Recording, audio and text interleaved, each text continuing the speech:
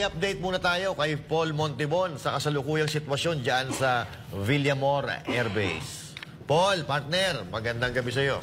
Master Judea and Boss Dada and Coach Oli, magandang umaga. Madaling araw na tayo. Tinabot na tayo ng madaling araw dito pa rin sa Villamor Air Base at nagpapatuloy pa rin ang kanilang sinasagawang rally.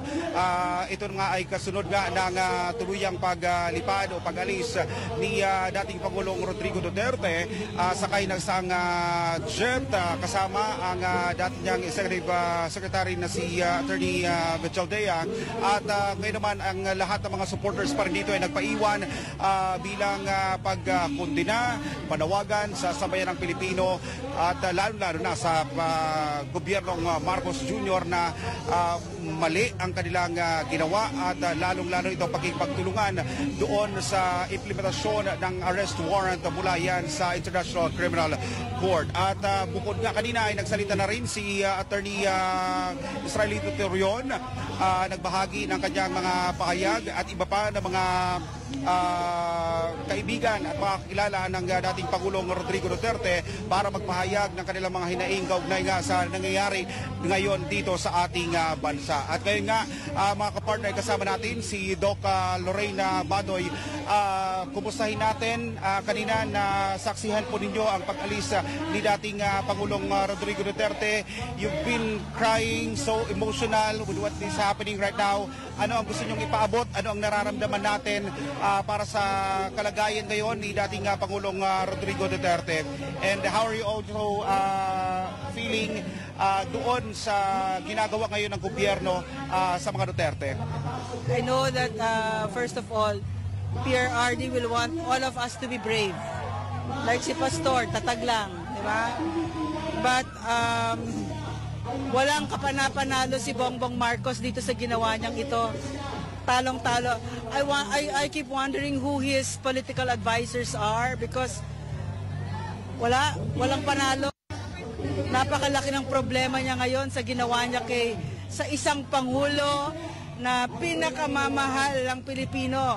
Wala umupo siya hanggang sa bumaba siya hanggang ngayon. The highest trust and approval rating. So, ano bang ginawa niya dito? No? Pagsawatan ng saligang batas, ang soberenya ng Pilipinas, yan ang ginawa ni Bongbong Marcos. Walang warrant of arrest. Diba? Walang proper na warrant of arrest. At saka, he surrendered a Filipino citizen to a foreign country. Something unforgivable. Huwag nating kakalimutan ang ginawa ni Bongbong Marcos sa isang Pilipino at sa isang Pangulong pinakamamahal at pinaka-trusted, pinakakatiwalaan ng Pilipino. So, mula't simula, walang ginawa na tama si Bongbong Marcos dito. Talong-talo siya dito at magbabayad siya dito.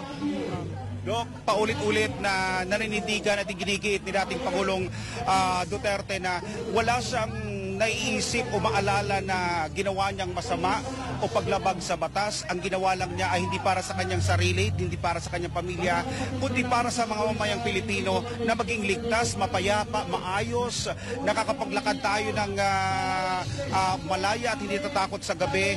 Para sa sambayan ng Pilipino ang kanyang ginawa. Anong gusto niyong sabihin dito? And yet, ito yung judgment ng gobyerno sa kanya. Yung kagandahan dito, kung ano yung dinadaanan na kahirapan ni PRRD ngayon, hindi yan nanggaling sa kamay ng Pilipino. Nanggaling yan sa isang malupit at marahas na presidente na kahalintulad ng ama niya, na pasista, diktador, walang respeto sa batas ng Pilipinas, sa saligang batas. So, itong dinadaanan ni PRRD, hindi yan nanggaling sa Pilipino kasi si PRRD, mahal na mahal ng Pilipino. Nakita niyo yung sa Hong Kong. Amazing, di ba? And then once again, the trust and approval ratings that has been the envy of every leader in the known democratic world. So, parang for me here, no, si PRRD naawa ako kasi on one hand, matanda na siya. 80. Iniinda niya yung marami sakit ng katawan. Pero ito ang ginawa ni Bongbong Marcos. As I said, walang search warrant. Yung sinasabi niya, no, na ano bang ginawa ko? Kasi dapat kasi ganito yon, Bongbong Marcos. Dapat may warrant of arrest. Number 2, dapat alam nung tatanggalan mo ng kalayaan kung bakit mo ginagawa yan, anong ginawa niya. Ganon sa demokrasya. Hindi yung lahat kami dito nanguhula kami kung bakit mo ito ginagawa kay President Rodrigo Roa Duterte. So, I think maybe this is the price that you pay for being the greatest president that this country has ever had. But in my opinion, Bongbong Marcos will pay an even bigger price, and it will hurt him so much. Doc, last 2 questions. This year, kasama na yung dating yung nakaraang taon, sinasabi na ang gobyerno ay hindi makikipagtulungan sa ICC. Kahit ano pang iutos ng ICC, hindi makikipagtulungan.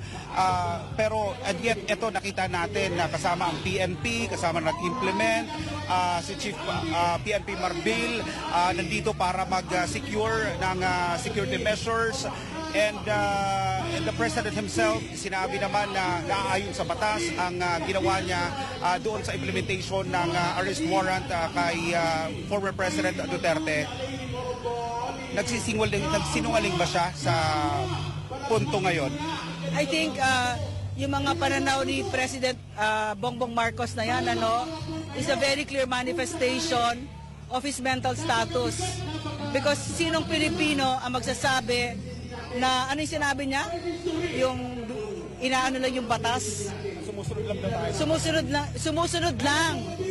Ang Pilipino sa batas ng dayuhan. Saan ka nakakita na President ng Pilipinas yan ang sasabihin? Diba? So, ako nakikita ko, ganyan pala ang kondisyon ng pag-iisip niya. Kasi dapat nagpapa-hair follicle drug test siya. Diba? So, meron kasi tayong nabalitaan na may namatay, sa Amerika. At mukhang enmesh dito, mukhang kasama dito si Lisa Marcos. So, are they covering up for it? Is this what you're doing now? To cover it up? Diba? So, ang hirap kasi sa administrasyon na ito, puro tago. Diba? Lahat mula sa pagkuha kay PRRD, hindi natin alam for how many hours kung ano nangyayari sa kanya. Diba? So, gusto ko lang basahin kasi yung sinabi ng ating Vice President. Napakaganda ng pahayag ng Vice President. Pahayag niya, March 11. Kung Pilipino ka, hindi ka kailanman, Bongbong Marcos, susunod sa mga dayuhan sa loob ng sarili mong bayan. We are not Filipinos for nothing. So ngayon, itong president na ito, he bowed before a foreign entity at sinorender niya ang isang mamamayan ng Pilipinas. Yan ang ginawa ni Bongbong Marcos na walang kahit na sinong presidente gagawin yan. Sabi nila, kung nagawa ito kay former President Duterte, paano pa yung mga ordinaryo na mga Pilipino na pwede rin pala isubo na lang sa utos ng mga dayuhan? What do you think? Oh yes. Yan ang maliwanag na message dito. Yan ang mensahe dito. Kung kaya namin gawin ito sa pinaka-powerful na public figure, pinaka-beloved, kahit sino Pilipino gagawin namin ito. At in fact, ginagawa na nila ito. Marami ako nakausap dito, yung pang-aabuso. SMNI means mismo, dinaanan namin ang pagmamalabis at yung bigat ng kamay ni Bongbong Marcos at ni Martin Romualdez. So, lalo pa yung KOJC siege, nakita natin yon. Ito nakikita natin ngayon, nakita na namin yan. Yung isang warrant of arrest, biro mo, ilang pulis yan. May kalasag pa, fully armed. Yan ang ginagawa nitong Marcos na ito. Inuulit niya ang kamalian ng tatay niya. Kaya uulit ang kasaysayan. At tuturuan natin siya ng leksyon kasi hindi siya natuto ng leksyon niya. Alright. So ano yung nakikita natin na senaryo ngayon na si dating Pangulong Rodrigo Duterte hindi na natin kasama at possible dadaan muna ng Dubai and then diretso na sa The Hague, Netherlands. What's going to be the scenario next dito sa mga mamayang Pilipino supporting FPRRD? like I said, no, whoever the political advisor is of Bongbong Marcos has put him in a lot of trouble. Big trouble. Because the Filipino people will not forgive him for having done this to a most beloved president. And tayo naman, dahig ba siya? Dahig ba totoo kaya yon? So we don't know. The Vice President is going there, di ba? So babantayan natin ito. At hindi natin patatawarin lahat sila ng ginawan ito kay President Duterte. Never. Hindi natin ito kakalimutan at hindi natin ito patatawarin. Kasi ang pinag-uusapan natin dito, saligang batas. Ang saligang batas na yan, 1987, inilikha yan bilang response sa pagmamalabis ng Ferdinand Marcos Sr., yung unang president, na ngayon naman ay ginaganyan ni Bongbong Marcos.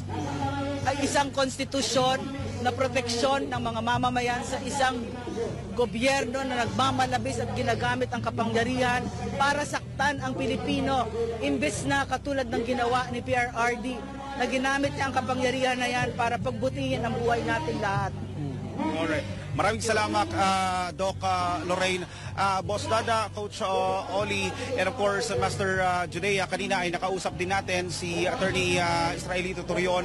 At isa sa mga sinabi niya kanina na napaka-importante ang nabakuha ang TRO mula sa Supreme Court dahil dito makakatulong para mapabilis ang repatriation ni FPRRD dito sa Pilipinas dahil nga naman sa mga nakita ng mga irregularidad doon sa proseso ng implementasyon ng warrant of arrest mula sa ICC. Ikinababahalan, aminado rin si Attorney Torion na ikinababahalan din nila ang kondisyon ngayon ni FPRRD ngayon na malayo siya sa kanyang pamilya.